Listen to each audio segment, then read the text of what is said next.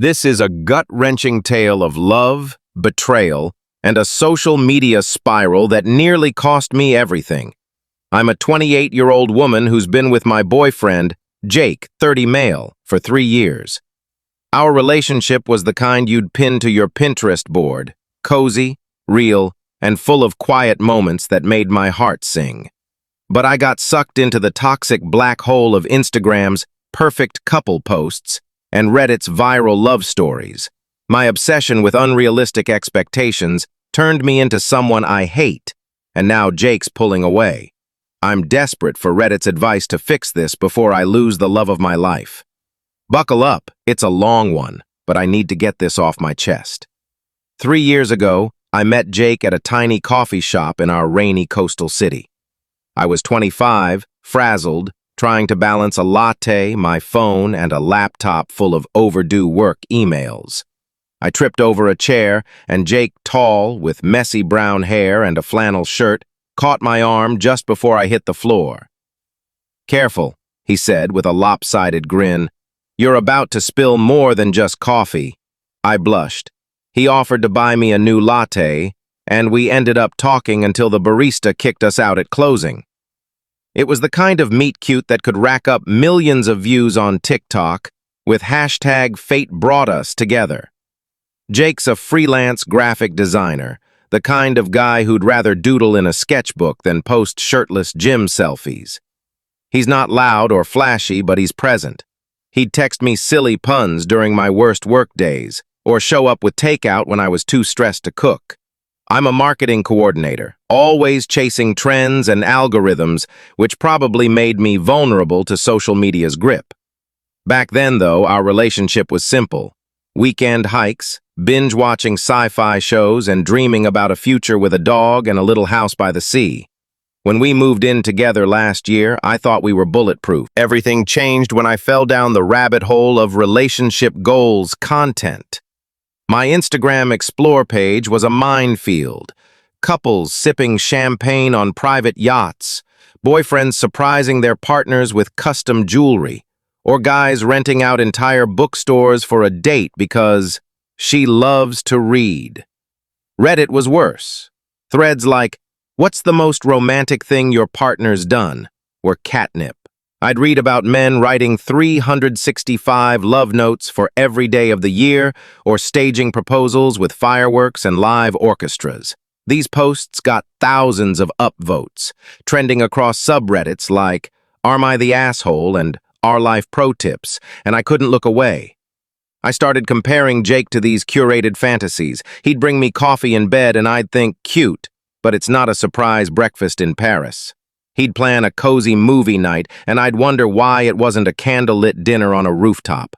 I'd see captions like, "If he's not obsessed with you, he's not the one," or "Real love means grand gestures," and I'd spiral. Was Jake really obsessed with me? Did his quiet, steady love measure up? I never told him how I felt. I assumed he'd step up if he cared enough. Looking back, I hate how I let strangers' highlight reels rewrite my definition of love. Our 3rd anniversary was the tipping point. For weeks, I'd been dropping hints about wanting a big gesture, inspired by a viral Reddit post about a guy who surprised his girlfriend with a rooftop dinner under a canopy of fairy lights. The comments were wild. "This is what love looks like," and "If your man's not doing this, dump him." I sent Jake links to fancy restaurants, sighed about dream dates, and said things like, "I love when guys plan surprises." I didn't spell it out because every viral post swore, "A real partner just knows what you want." I imagined us going viral. Jake sweeping me off my feet, me posting a tearful Instagram story with hashtag he did that, and my friends flooding my DMs with heart eyes. The day arrived, and Jake was buzzing with excitement. He told me to wear something nice and led me to our apartment building's rooftop. My heart raced. I pictured a scene straight out of a rom-com. Twinkling lights, a string quartet, maybe even a photographer to capture the moment. Instead, I saw a picnic blanket, a few mason jar candles, a homemade margarita pizza, and a bottle of my favorite rosé. Jake had made a Spotify playlist of songs from our first coffee shop date, and he took my hand, grinning. "I wanted tonight to feel like us," he said, his eyes soft. Just you, me, and the stars. It was beautiful, thoughtful, intimate. A year ago, I'd have melted into a puddle of happy tears. But that night, all I could see was what was missing. No fairy lights, no viral-worthy speech, no love letter that'd make Twitter cry.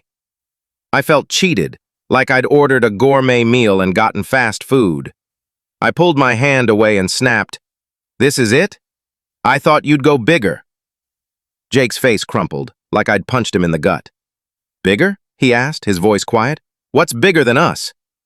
I doubled down, my voice shaking with frustration. "I deserve more, Jake. I wanted something special, something that shows you care."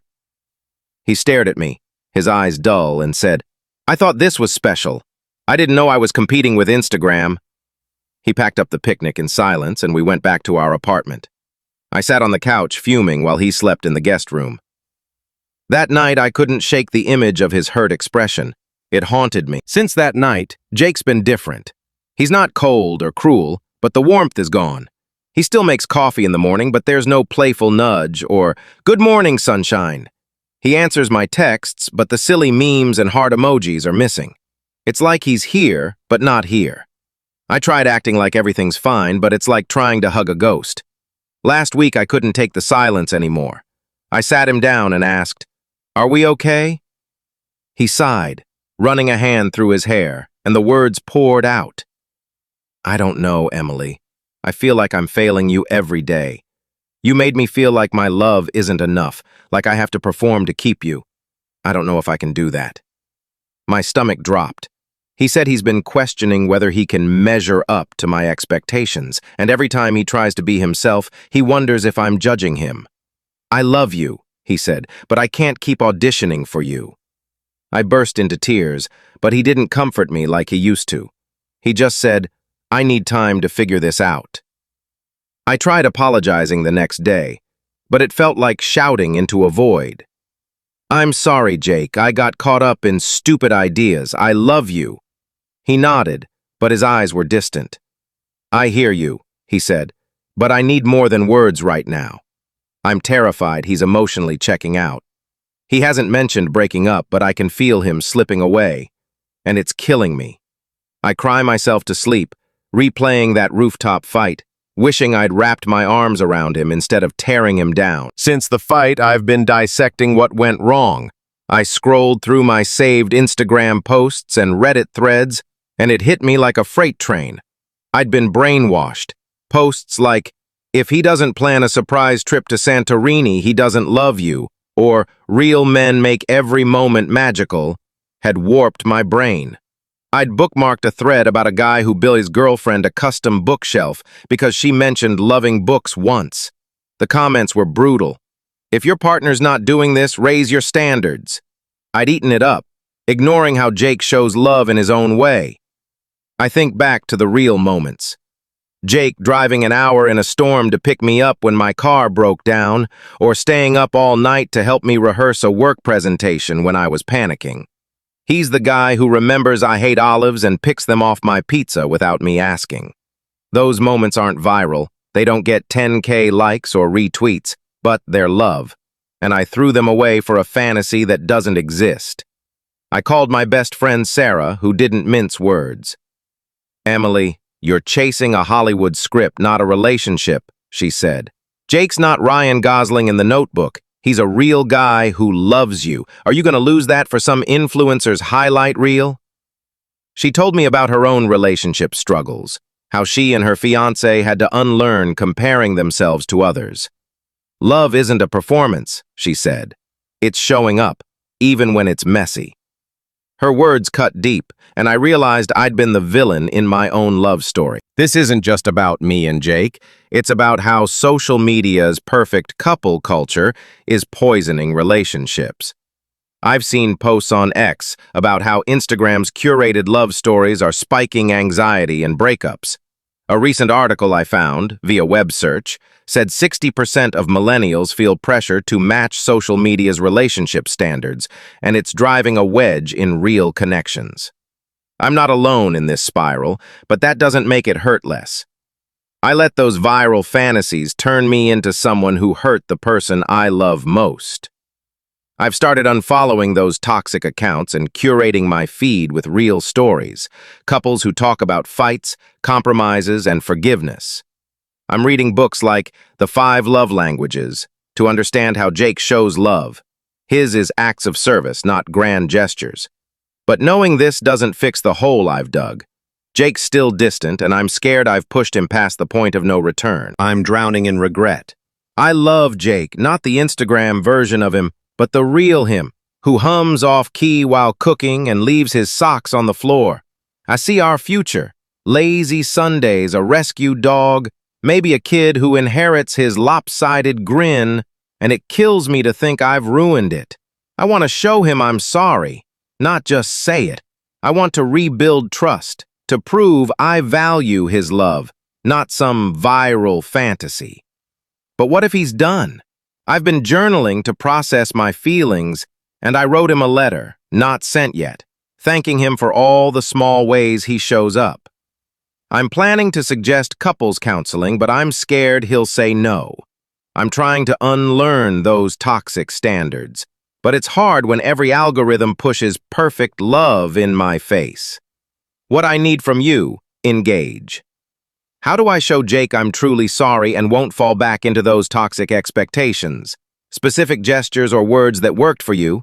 Has anyone else let social media's perfect partner BS ruin a good relationship? How did you recover? How do I rebuild trust after making someone feel like they're not enough? What's the best way to unlearn these viral standards and stay grounded in real love?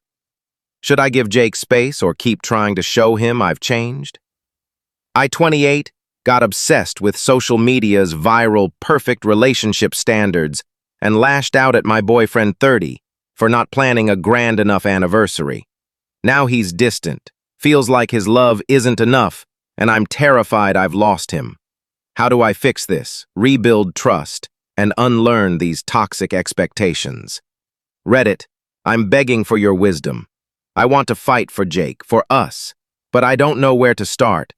Help me save the best thing in my life before it's too late.